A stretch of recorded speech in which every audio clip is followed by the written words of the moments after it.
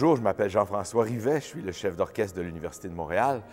Ça me fait plaisir aujourd'hui de vous parler du rôle de l'orchestre au sein de l'institution, parce que c'est pareil comme dans une ville ou un pays, le Grand Orchestre est une plaque tournante autour duquel tournent des énergies humaines, musicales, créatrices et beaucoup d'activités.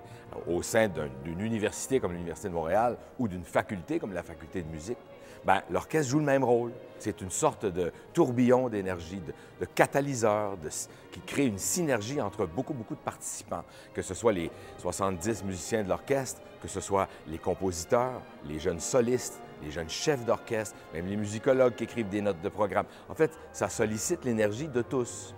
Et dans ce sens-là, je trouve ça extrêmement enrichissant pour moi d'abord, mais évidemment surtout pour les étudiants et pour tout le monde. C'est vraiment un grand bonheur de pouvoir rassembler toutes ces énergies-là.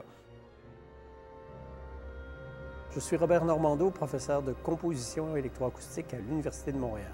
La musique numérique aujourd'hui, c'est beaucoup de choses. Il y a de la science derrière la musique numérique, il y a de la technologie derrière la musique numérique, il y a de l'histoire. Donc, c'est un peu tout ça qu'on enseigne à la faculté de musique. On essaie de faire en sorte que les étudiants aient un bagage relativement complet pour devenir autonomes.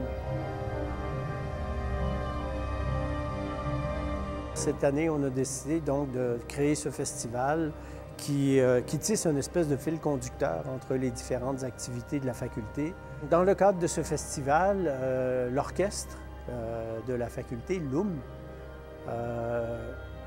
a eu cette drôle d'idée, je dois dire, de me commander une œuvre. En fait, c'est une pièce mixte, mais sa particularité, c'est que la partie électroacoustique est jouée sur un dôme de haut-parleurs qui entoure l'orchestre, parce qu'à cause de la pandémie, on a eu l'occasion de se faire construire un immense plateau, ce qui me permet de mettre à la fois l'orchestre sur le plateau et le dôme de haut-parleurs autour de l'orchestre. Alors, c'est vraiment une musique immersive. C'est les musiciens qui sont entièrement immergés dans le son électroacoustique.